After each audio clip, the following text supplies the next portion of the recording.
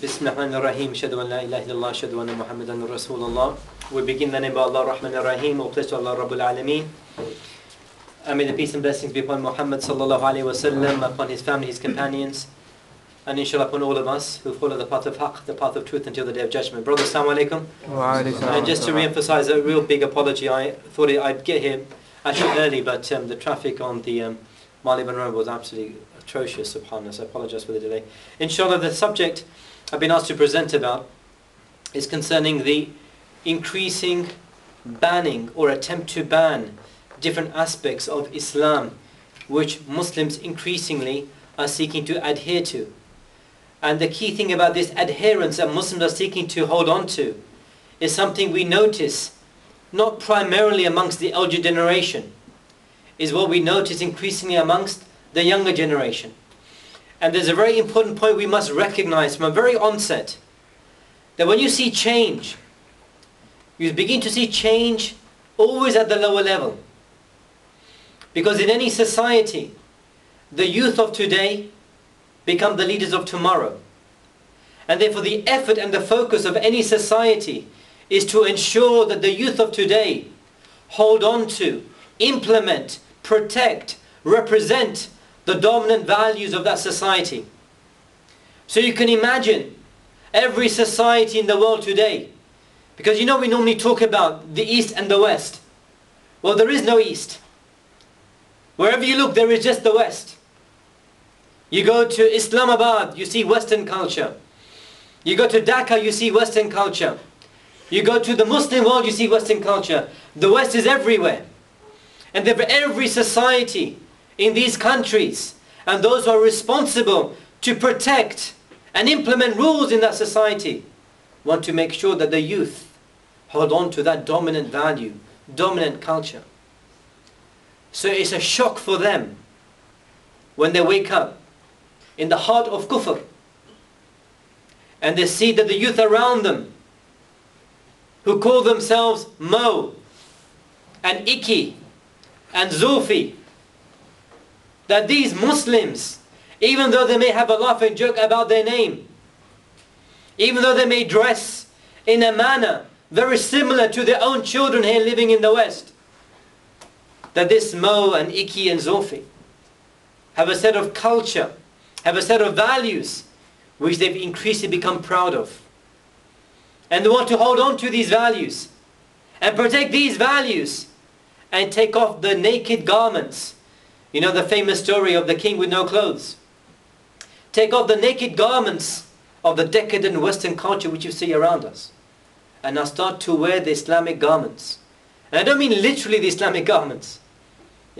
I mean the Islamic concepts, the Islamic ideas, and Islamic values, where this is represented visibly in how we see each other, or more importantly, what's there contained here in our thoughts, and what's represented in our sentiments, and what's practiced by the action that we perform. How can you imagine a society wakes up to look to its youth, aspiring for them to become the leaders for tomorrow, and realizing the youth of today will become the rebels of tomorrow? And not rebels because they're going to take up arms, not rebels because they're going to become disobedient, not rebels because they're going to disrespect their parents, but rebels because they're going to begin to reject the very poisonous culture which they were hoping that the Muslim youth would embrace. And that simply is the very subject for today. That all we have witnessed, country after country, like a domino effect, starts in the UK with this man called Jack Straw talking about the Niqab. Then it has a domino effect, goes into France, and so we're going to ban the Niqab. Goes on into Germany, comes back in the other direction into Belgium, then goes back in the other direction, goes to Switzerland, about banning of the minarets. Then goes all the way across the transatlantic to Quebec, where they also want to ban the Niqab, and travels all the way down to Spain, where only 2 days ago a Muslim sister was refused entry into a school. And not because she was wearing a Niqab looking like a ninja, but just because she was wearing a hijab, or the more technical expression, the correct expression, because she's wearing a khimar, a headdress, and she refused to take it off. So this is not about a specific issue. It's basically what has been put into my brief is the tip of the iceberg. We all know the concept. You know the tip of the iceberg.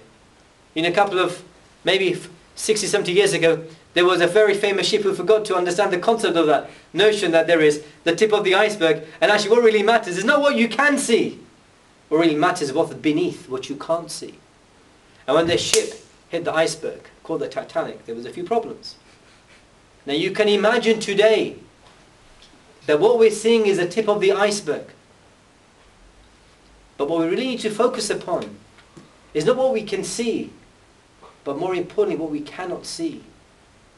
And those who are sharp and those who are aware would recognize that danger. And it's quite bizarre what I mean by having the acute sensation and awareness about the danger. You know, I was driving in, and when you're stuck in traffic, what do? Put some music on. No, we don't do that, do we? You put 909 on.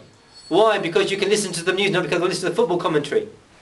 So I listened to the game between Arsenal and, who was it? Wigan. Subhanallah, says it all, doesn't it? Yeah.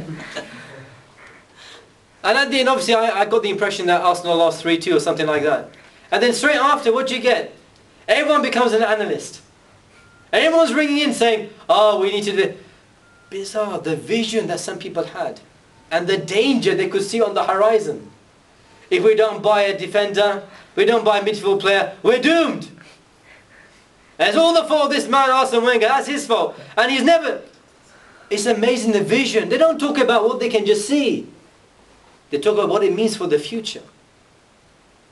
And similarly, we as Muslims, we'll be foolish, we'll be naive, we'll be shallow if we just focus on what we can see without having a vision of what it means for the future and what the intent is behind all of this. So what I want to talk about is actually not specifically about the burqa ban or the attempt to ban it, or the issue about trying to ban the Quran, or the insults to Muhammad sallallahu alaihi wasallam, or the cartoon caricatures, or the Quran being flushed down the toilet. Because we know all of these things. These are simply what we can see. What I want to focus upon is what we can't see. What is the intent behind this focus upon these Islamic elements that we recognize and associate with Islam? What is the intent? And what I want to do is just talk about 4 issues, very brief, and I'll come to a conclusion. 2 positives and 2 negatives. Because we always talk in a very negative way. Brothers, be aware, be afraid. Don't open the door. You know it's going to be looks really bad. And then we say, oh, and hold on. Now I want to give you a bit of positive news.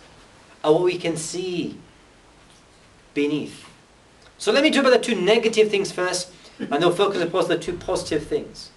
Of what we maybe need to have a vision about as well. And then we'll come to a conclusion. My first point, of the 2 points of the negative points, my first point is this. The banning of the burqa, and in Belgium, what they stated was quite bizarre. That one of the MPs, liberal MPs, I like to call it, I'm a liberal MP. And he said, we're very proud that we may be the first country to actually ban the niqab and ban the burqa.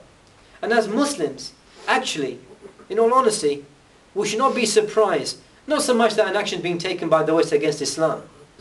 Because in the Muslim world, you find there's also these similar types of restrictions. In Turkey, in Tunisia, in Morocco, either burqa is banned or it's restricted in public places. So there's nothing new really to the Muslims. It's a bit like the question we should be asking, why did it take them so long? Because they've already tried and done it in Muslim countries. Why did it take them so long? We shouldn't necessarily be surprised.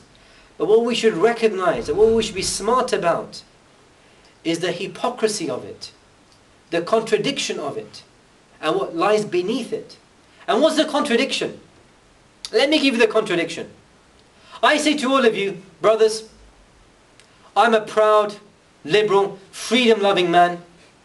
All of you can play in my football team, except you, and you, and you, and you, and you, in fact, except any of you. And then you ask the question, hold on, didn't you just say that I'm proud, freedom-loving, liberal, and I like everyone, and everyone has a right, I'm tolerant, that's what these values mean. So there should be no restriction. And suddenly I turn and say, except, but you can't play with me. Because I don't like what you're wearing. And you can't play with me because you don't like the way you look.